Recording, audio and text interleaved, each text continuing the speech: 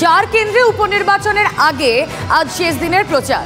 সকাল থেকে প্রচারে মানিকতলা বিধানসভা উপনির্বাচনের তৃণমূল প্রার্থী শক্তি পাণ্ডে, সেই ছবি আপনারা দেখছেন।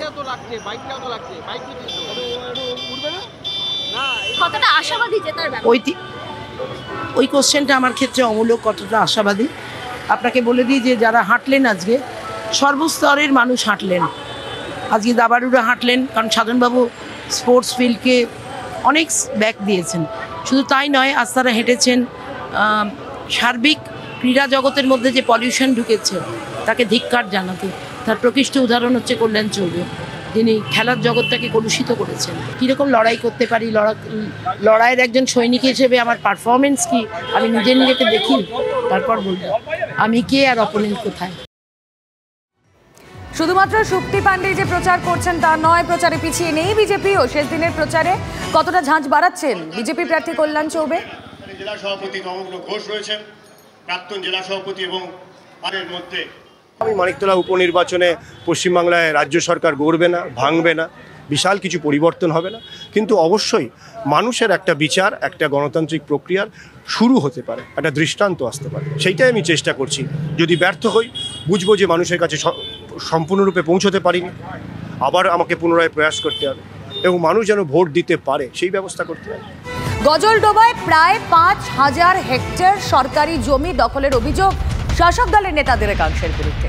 সরকারি জমি দখলের খবর প্রথম থেকে দেখিয়ে আসছি আমরা টিভি9 বাংলা।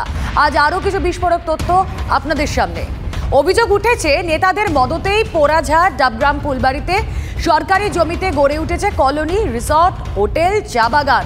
ফুলে ফেপে উঠেছে কারবার, হু হু করে সম্পত্তি বেড়েছে নেতাদের একাংশে।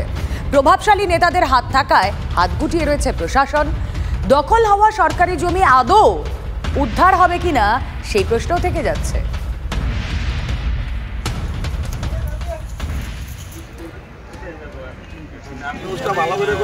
সরকারি জমি দখল রুখতে কেন পদক্ষেপ করে না প্রশাসন?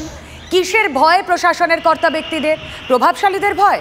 ব্যবস্থা নিতে গেলেই বদলি, হেনস্থা, দাবি প্রাক্তন এক বনকর্তার। প্রাক্তন এক পুলিশ কর্তাও জানিয়েছেন, কেউ মৌচাকে ঢিল ছুটতে চান না, দুপা এগোলে চার পা পিছোতেই হয়। শালুগাড়া, ফাপড়ি, এই সমস্ত এরিয়াতে আমি কাজ করেছি। আমরা যখনই কোনো বিতর্ক ওঠে, সরকারি আমিন নিয়ে মাপতে যাই, তখন রাজনৈতিকভাবে আমাদের বাধা দেয় এবং বাধা দেওয়ার জন্য কি হয়, মাপাটা আর হয় না। শাসকের চাপেই মূলত আমি কয়েকবার জমি উচ্ছেদ করতে গিয়ে দুবার আমাকে দাঁড়িয়ে পড়তে হয়েছে। তারপরে অবশ্য তার আমাকে গুণাগার দিতে হয়েছে, সঙ্গে সঙ্গে বদলি কিংবা পানিশমেন্ট, পোস্টিং এগুলো হয়েছে। কর্তা ইচ্ছা কর্ম তো খানিকটা থাকেই, এটাকে তো অস্বীকার করার কোনো জায়গা নেই। তো সেক্ষেত্রে নিজেকে খানিকটা রেস্ট্রেন্ট করে রাখতেই হয়।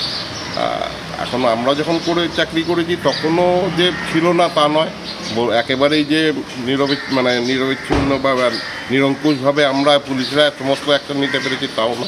সেখানে তখনও কিছু হস্তক্ষেপ ছিল, এখন হস্তক্ষেপ হয়তো আরও বেশি একটু বেড়েছে, যার ফলে পুলিশের পক্ষে কাজ করতেও একটু মুশকিল হচ্ছে এখন।